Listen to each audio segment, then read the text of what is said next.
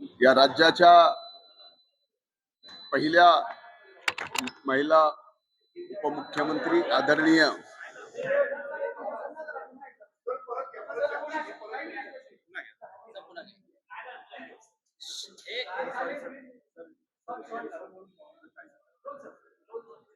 काँग्रेसच्या अधिकृत पेजवरून आमच्या नेत्या राष्ट्रवादी काँग्रेस पक्षाच्या राष्ट्रीय अध्यक्षा या महाराष्ट्राच्या पहिल्या महिला उपमुख्यमंत्री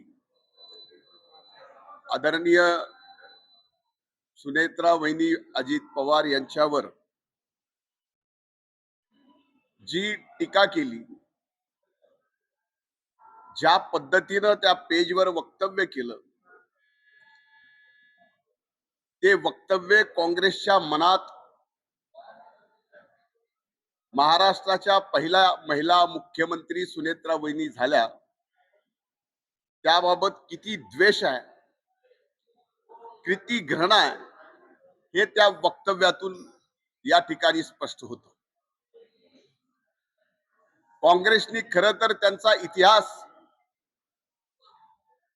असं त्यांच्या अधिकृत पेजवरून वक्तव्य पहिल्या महिला उपमुख्यमंत्र्यावर करण्याच्या ऐवजी जर इतिहास पाहिला असता तर स्वर्गीय इंदिराजी ज्यावेळेस पहिल्यांदा देशाच्या महिला प्रधानमंत्री झाल्या त्यावेळेस त्यांच्या बाबतीतही असंच वक्तव्य तत्कालीन विरोधी पक्षांनी केलं.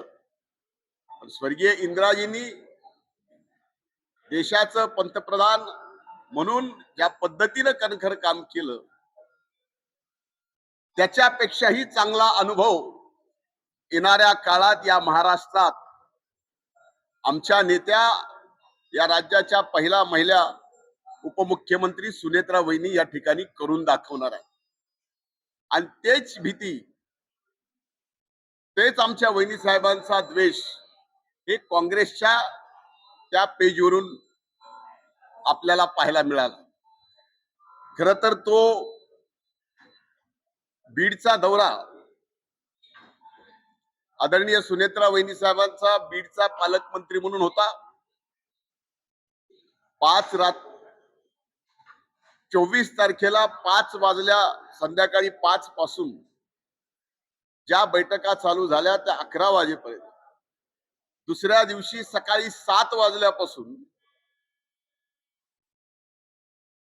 डीपीडीसीची बैठक संपून इतर बैठका संपून अधिकृतपणे बीड जिल्ह्याच्या सर्व वर्तमानपत्राच्या प्रतिनिधीला, प्रेसला, माध्यमांच्या प्रतिनिधीला हे सुस्पष्टपणाने पत्र दिलं होतं की पत्रकार परिषद नाही तर बैठकीमध्ये एकूण जे कामकाज झालं त्याचं निवेदन आदरणीय सुनेत्रा वहिनी साहेब या ठिकाणी करतील.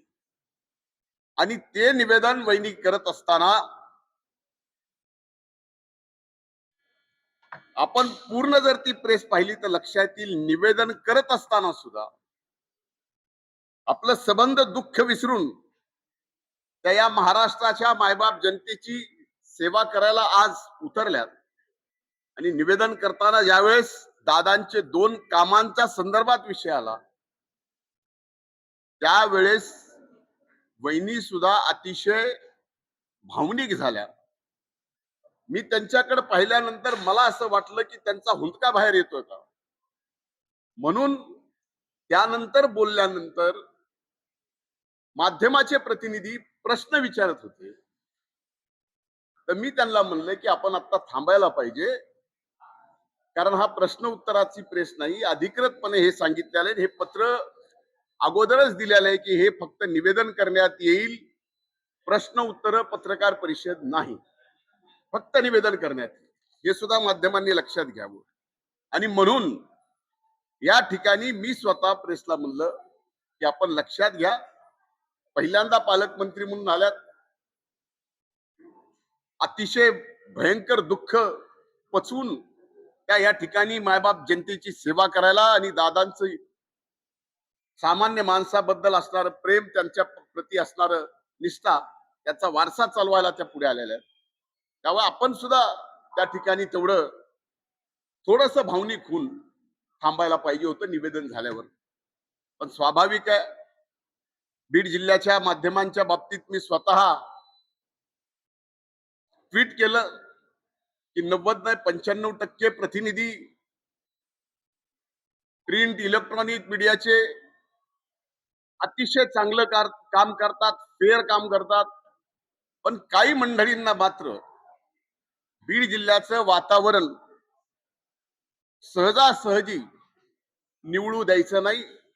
जातीपातीचं ज्या पद्धतीचं राजकारण चालू ठेवायचंय त्याच्यासाठी ते तुझबरही त्यांचे प्रयत्न कमी पडू देत नाहीत. हे मी गेली 4 दिवस माझ्याच बाबतीत माध्यमांवर एकदा हे एकदा ते. आता चमत्काराचा विषय झाला, ते जर भाषण तुम्ही पूर्ण ऐकलं असेल तर तो चमत्कार माझ्या तब्येतीच्या बाबतीत होता, राजकारणाच्या बाबतीत नव्हता. दुसरा विषय शेतकऱ्यांच्या बाबतीत, तो शेतकरी वहिनी साहेब समोर असताना अतिशय जोरात असं समोरून बोलत होता. तर मी म्हणलं शांतपणाने सांगा तर वहिनी साहेबांच्या लक्षात येईल. एवढंच बोललो की माध्यमांनी चालवलं की शेतकऱ्याला मी दाब दिला. आता वहिनी साहेबांचा या ठिकाणी प्रश्न विचारला, हा प्रश्न उत्तराची प्रेस नसताना विचारला, त्यावेळेस मी म्हणलं आता थांबा, प्रेस संपली, कारण फक्त निवेदन करायचं एवढंच जर अधिकृत सांगितलेलं असताना मी थांबा म्हणलं तर ही चूक होत नाही. तर इथं धनंजय मुंडेची हुकुमशाही. अरे मी 2.5 वर्ष झालं एक ब्र शब्द ना माध्यमांवर बोलतोय ना तुमच्या समोर येतोय. तुम्ही किती मागं लागलात तरी मी बोलत नाही. आज मी कुठल्या तिथं मंत्रिपदावर नाही, मी फक्त आमदार आहे, तरी सुद्धा आमदार म्हणून मी हुकुमशाह आहे. म्हणजे एखाद्याचा द्वेष किती करावा, म्हणजे काँग्रेस ज्या पद्धतीने द्वेष वहिनी साहेबांवर करते आणि बीड जिल्ह्यातले ठराविक काही जण ज्या पद्धतीने माझा द्वेष करतात, हे खरंच लोकशाहीला लोकशाहीमध्ये आम्ही मायबाप जनतेला आपलं मायबाप म्हणून जी काही सेवा करत आलो, माझ्यासारख्या व्यक्तीने 35 वर्ष टाचा घासला, तो त्यावेळेस आम्ही इथं पोहोचलो. पण फक्त समाज घटकातल्या एका व्यक्तीला पूर्णपणानं टार्गेट करायचं, ते एक दिवस नाही, मागं 252 दिवस मीडिया ट्रायल झालं. आता सुद्धा तेच चाललं.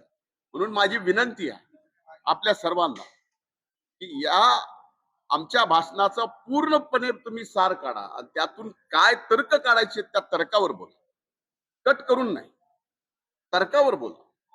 माझ्या एखाद्या वाक्यावर तुम्हाला आणखीनही टीका करण्यासाठी वाव मिळू शकतो, ते काढा, त्यावर तुम्ही बोला. आणि माझी या ठिकाणी काँग्रेसला जी की पूर्णपणाने बुडालेली आहे,